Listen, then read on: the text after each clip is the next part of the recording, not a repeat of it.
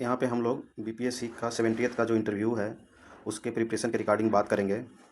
तो इसमें अब जो कि मेंस का एग्ज़ाम हो चुका है और कॉपी भी लगभग चेक होना शुरू हो गया है, जैसा कि कुछ स्रोतों से जानकारी प्राप्त हुई है कि इसमें लगभग एसे का कॉपी पूरा चेक हो चुका है और GS1 GS2 का कॉपी चेक हो रहा है। और इस एग्ज़ाम का रिजल्ट को प्रकाशित करने के लिए बहुत ज़्यादा फास्ट फॉरवर्ड में आयोग चल रही है और आशा है कि जो एज यूजुअल जो टाइम होता था मेंस के रिज़ल्ट आने में, उससे ज़्यादा पहले ही इंटरव्यू का मेंस का रिज़ल्ट आ जाएगा। ऐसे तो जितने स्टूडेंट हैं 20,000 कॉपी 20-21,000 कॉपी चेक करना है, तो स्टूडेंट का कॉपी चेक करना है, तो ऐसे में तो कम से कम 11-12 महीने लगता अगर एज यूजुअल टाइम को देखा जाए। लेकिन इस बार बीपीएससी फास्ट फॉरवर्ड मोड में चल रही है और ऐसा लग रहा है कि इस बार का रिज़ल्ट बहुत समय से बहुत पहले आ जाएगा, जितना कि हम लोग सोचे नहीं हैं। शायद में भी अक्टूबर में या सितंबर में तो कम चांस है, बट अक्टूबर तक हम लोग आशा कर सकते हैं। और अगर ज़्यादा लेट हुआ तो नवंबर दिसंबर तक 70th बीपीएससी का मेंस का रिजल्ट आ ही जाएगा। तो ऐसे में इधर 71 का पीटी भी 13 सितंबर को संभावित है। संभावित क्या है, हो जाएगा ही, क्योंकि चुनावी साल है। और उसके बाद आई थिंक आचार संहिता भी लागू हो जाएगा। मॉडल कोड ऑफ कंडक्ट लागू हो जाने के पहले ही कोई भी आयोग सोचती है कि बड़े लेवल का एग्ज़ाम पहले ही निकल जाए, तो इसलिए आई थिंक 13 सितंबर के बाद मॉडल कोड ऑफ कंडक्ट लागू हो, तो उससे पहले ही 71 का पीटी का एग्ज़ाम हो जाएगा। ऐसे में इंटरव्यू का तैयारी करने के लिए हमारे पास बहुत ही कम टाइम है। अगर हम अभी से सोच के चले कि बाद में करेंगे, जैसे कि मेंस का रिजल्ट आ जाएगा उसके बाद हम इंटरव्यू का तैयारी करेंगे, तो ये बहुत ज़्यादा रिस्की चीज़ हो सकता है। क्योंकि अभी अभी पीटी का टाइम है, तो पीटी में आप पीटी के रिलेटेड करंट अफेयर्स ये सब पढ़ते हैं, तो साथ में अगर इंटरव्यू का भी तैयारी करें तो एक आपको बूस्टअप मिल सकता है। जैसे कोई भी आप करंट अफेयर्स पढ़ रहे हो तो उसको इस नज़रिए से पढ़िए कि अगर मुझे इंटरव्यू में पूछा जाएगा तो हम इसका जवाब कैसे देंगे। अगर जैसे आज टैरिफ वार चल रहा है, अमेरिका ने जैसे चाइना पे टैरिफ लगाया, इंडिया पे टैरिफ लगाया, बहुत सारे देशों को धमकी दिया है कि टैरिफ लगाएगा, और बहुत सारे देशों पर इसे कुछ कुछ टाइम के लिए स्थगित भी कर दिया गया है। लेकिन फिर भी अगर इसका इसको इंटरव्यू में पूछा जाएगा तो बताएगा कि बताइए कि इंडिया पे क्या इम्पैक्ट पड़ेगा, इंडिया को इसके रिगार्डिंग क्या कदम उठाने चाहिए, ये सब पूछ सकता है। तो हम अगर अभी से ही इंटरव्यू की तैयारी करेंगे तो ये हमारे लिए बेटर होगा।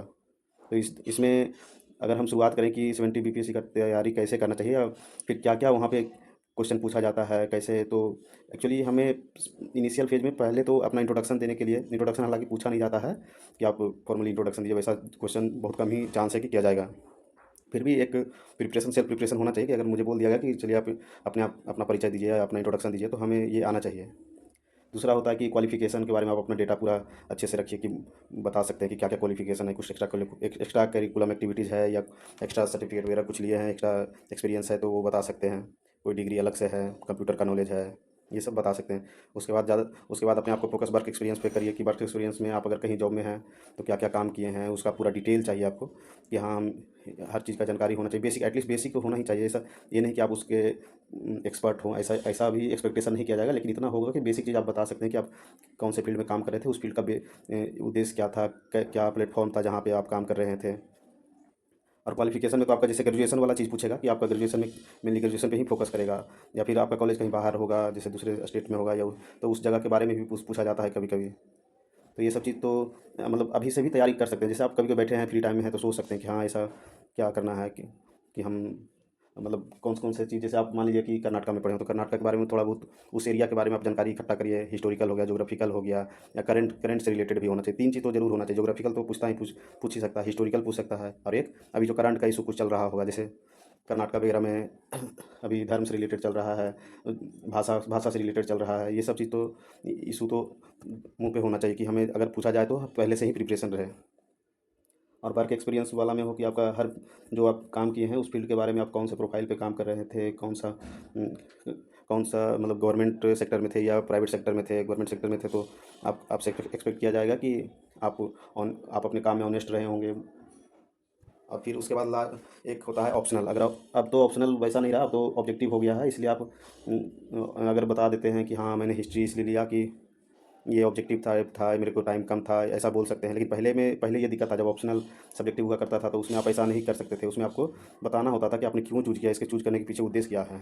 अभी तो आप बच के निकल सकते हैं कि हाँ मेरे पास टाइम कम था, मैं जॉब में था, तो ऑप्शनल ये हिस्ट्री ऑप्शनल इसलिए लिया, या कोई भी ज्योग्राफी ऑप्शनल इसलिए क्योंकि मुझे पहले से उसके बारे में ज़्यादा नॉलेज था, तो इसमें कम मेहनत में मैं इसमें क्वालिफाई कर सकता था। इसके अलावा कुछ और बातें हैं, बहुत सारी बातें हैं जो करेंगे हम लोग, लेकिन अगले वीडियो में तो अभी तक के लिए इतना, कम से कम इतना चीज़ तो ज़रूर तैयार करके रखिए अपने, जैसे इंट्रोडक्शन हो गया, क्वालिफिकेशन वाला एरिया पर, वर्क एक्सपीरियंस वाला, ऑप्शनल वाला, और ये करंट अफेयर्स तो आप कर ही रहे हैं 71 बीपीएससी के लिए। तो करंट करंट का सेक्शन मौजूद हो ही जाएगा। बिहार से रिलेटेड जो भी है, अपने आसपास जो आपका होम टाउन है वहाँ से रिलेटेड, या बिहार से रिलेटेड जो भी है कर, या फिर अभी जो इंटरनेशनल से ज़्यादातर पूछे जाते हैं, अभी जो चुनाव आयोग का चल रहा है, वोटर लिस्ट का सर्वेक्षण करने वाला है, ये भी हाईलाइटेड एरिया है। तो ये सब चीज़ आप पढ़ते रहें, मतलब जैसे करंट पढ़ रहे हैं, करंट करंट के साथ आप इसको तैयार कर सकते हैं। ठीक है, धन्यवाद।